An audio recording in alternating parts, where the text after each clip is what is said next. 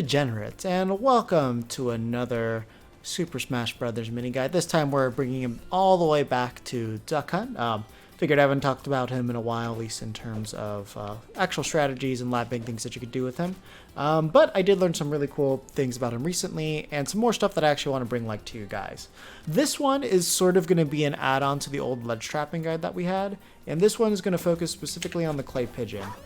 So, as you guys should know at this point, Clay Pigeon has changed drastically from Smash 4, as you just noticed there. Instead of the Clay Pigeon disappearing when you hit it, it now explodes, and it has like that multi-part explosion right there.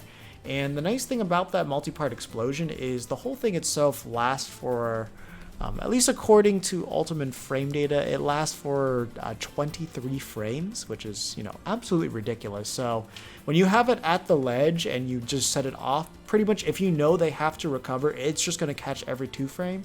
And just to kind of put this in slow motion and show you like exactly just how big this thing is. So if I break it there, that's able to hit here. So when you look at the explosions from the Clay Pigeon itself,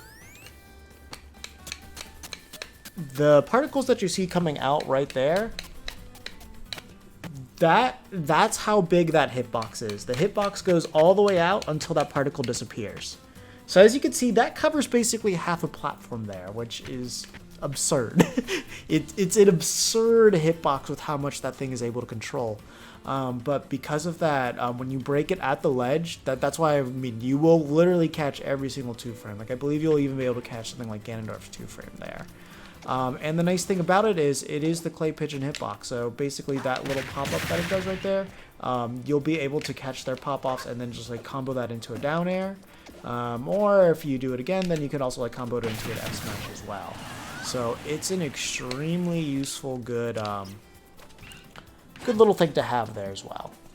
So one thing that I found when I was in Japan is I got to play with LYC, and if you are not following him on Twitter and you are a Duck Hunt player, please make sure you do. He is by and large the biggest labber of this character out of anybody out there, like way more so than even somebody like Rido. Like his dedication to finding new things with this character is absolutely insane. Like he always finds these really cool, unique ledge guard setups. He found out that the direction of the reticle shot that comes from the can is determined by the direction you're facing.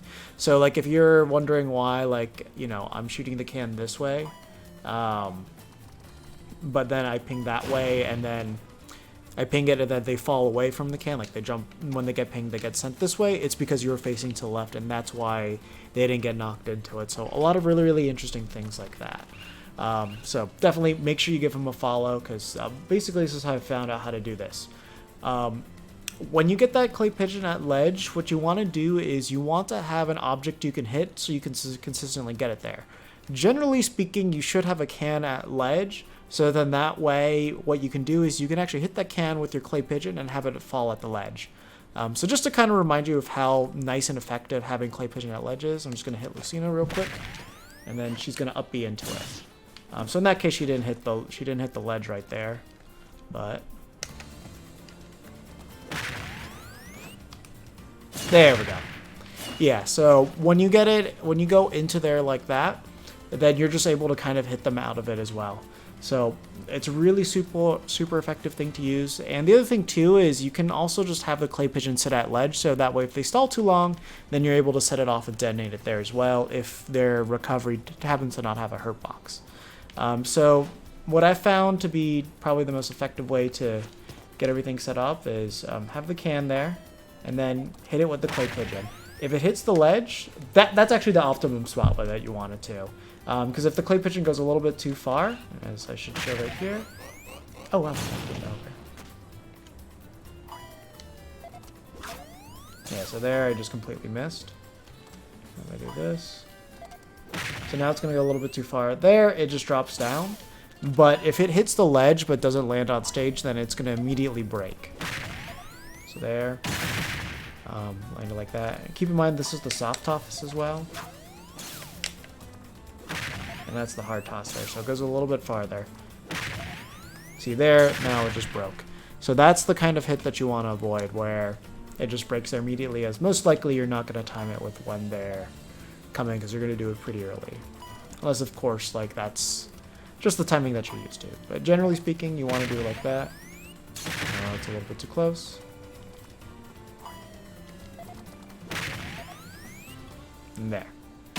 And so you always want to go for the soft top as well. As you might have seen, if you're too close to the can, your clay pigeon is going to go right through it. So you need to avoid that. So there, I'm too close. My face is right on it. You want to be about this, where the clay pigeon is going to get launched into it. And then you're good. So once again, have yourself here. You want the can to be about where the edge of the platform is, at least on Battlefield. And then there you go. Now you basically have that set up, and then you can just combo that into your down air. So definitely, I think this is a really worthwhile thing practicing, because then you'll just get like a way more consistent punish game. But keep in mind that at low percents, this isn't going to really do too much knockback. So when they get hit by this, like at like 50s and 40s, they're just going to be like about here. We can briefly show this off. Like, I hit Lucina with this. She only got sent over there, so it's really not going to send her far at these percentages. So like something like that, you'll at least have enough time to get that down air. Like 60-70% I think is like a good time to start at the very least.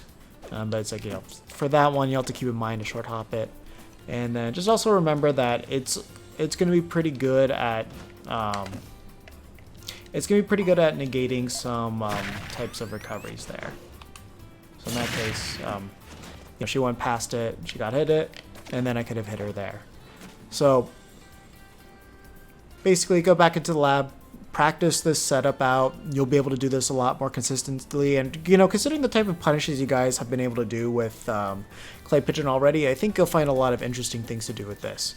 For you labbers out there, or you guys that are struggling with the matchup, if the character that you're struggling to fight has a hitbox on their up B, definitely work on the setup and see what that interaction is like when the clay pigeon's at the ledge and their up B hits the move.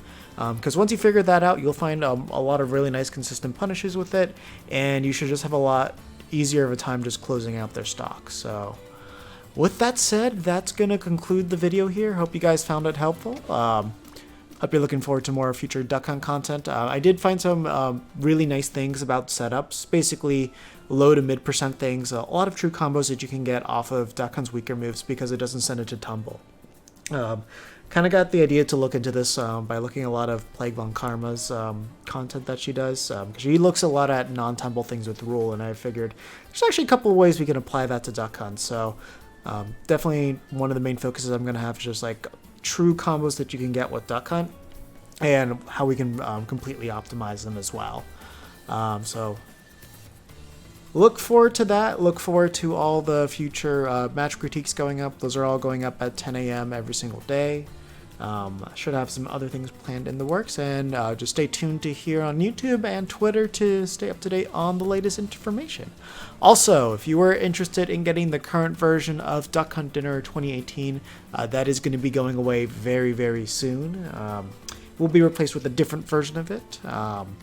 So yeah, if you want to get the current version of it, be sure to get your copy soon. And with that said, that'll do it, and take care of yourselves until the next one.